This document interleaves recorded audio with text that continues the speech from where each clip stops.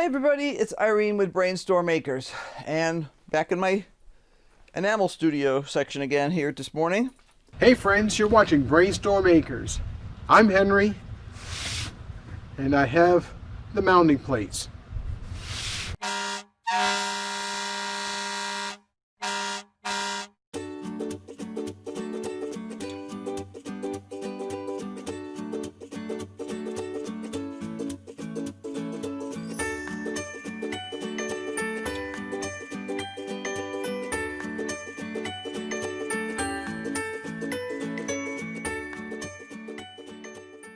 The other day I gave you a basic why we make these little samples, and it's so that we know what our colors are.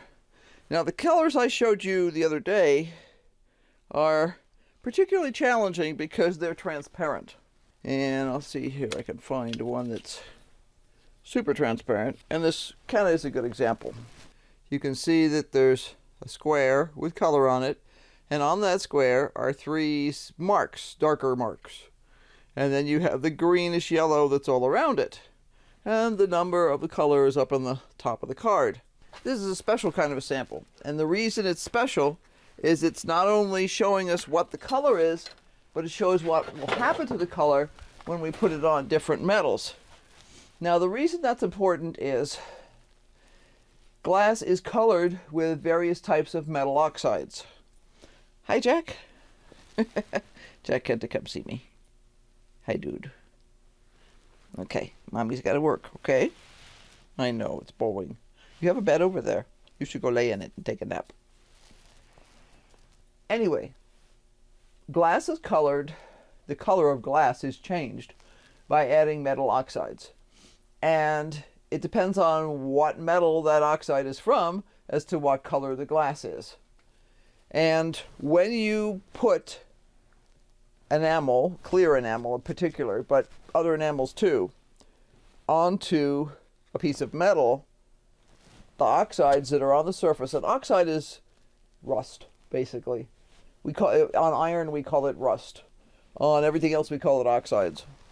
But I could take a nice clean piece of copper like this, and I could scrub that thing really well, and the oxides would be gone for a few minutes or a few seconds, and then they'd come back. Now it takes time for them to get really scudgy. Okay, and oxides can be different colors. See, this is copper, but you could see this has actually been cooked, which is, it's soft, it's been annealed with a torch, so it's got different colors of oxides on there. This is another example. These are red oxides. Some of these are black and brown. And if I were to just put clear enamel over that, well, certain kinds of enamels would do this. It would pick up that red and it would just sort of freeze it in time. Now that's great if I want that color red. But if I'm trying to put on something like this nice yellowish green color here, I really want it to stay that color. I'll show you later. I've got my little mini kiln, my trinket kiln set up over here to show us how it's actually done.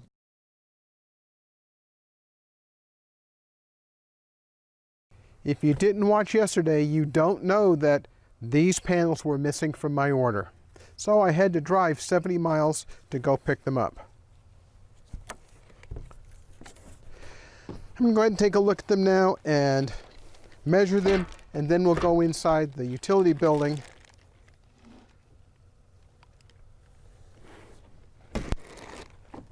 and measure where these things will be going. There's a bag of mounting hardware that's necessary to put this thing together. It will help put both the AC and DC pieces together with the inverters. And I'll be showing you how that goes. Well, we have the mounting plate, we have the hardware. I'm going to go ahead and open up some other pieces to see if I have other parts that are missing.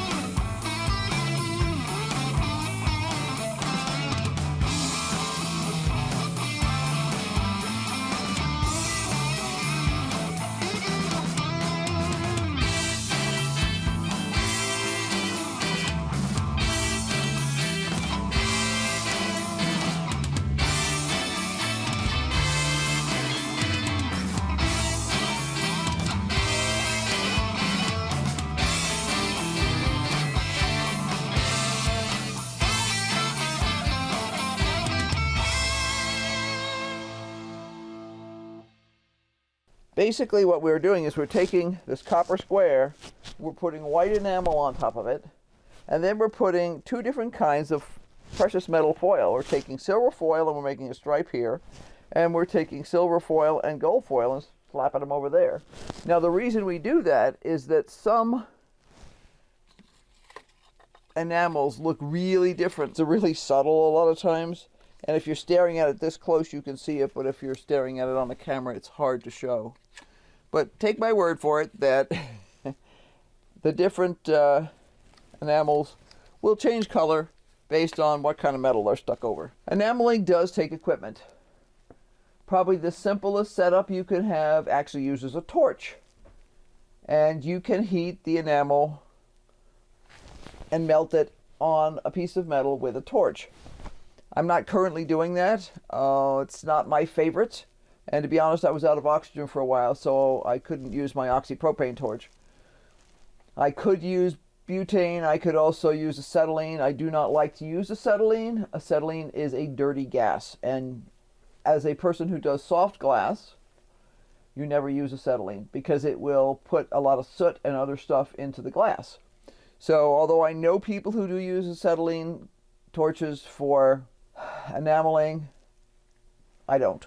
So what I use instead is this little trinket kiln, and it gets to be about 1500 degrees inside here, and therefore you have to be careful with it. You obviously don't pick up things from inside it with your hands, and one of the most important things you can teach a new enamelist is if you start to drop a piece that's come out of the kiln, let it fall, because if you try and catch it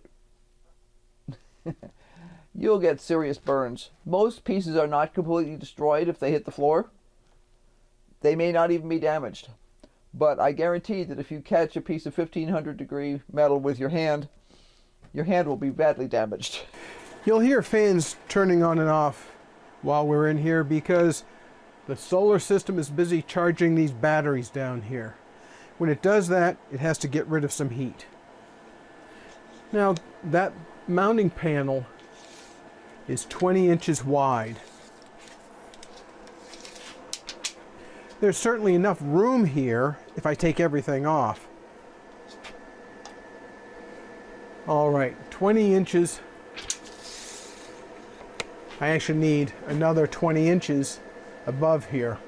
Well, it looks like what I'll need to do is get another piece of plywood and attach it to the wall.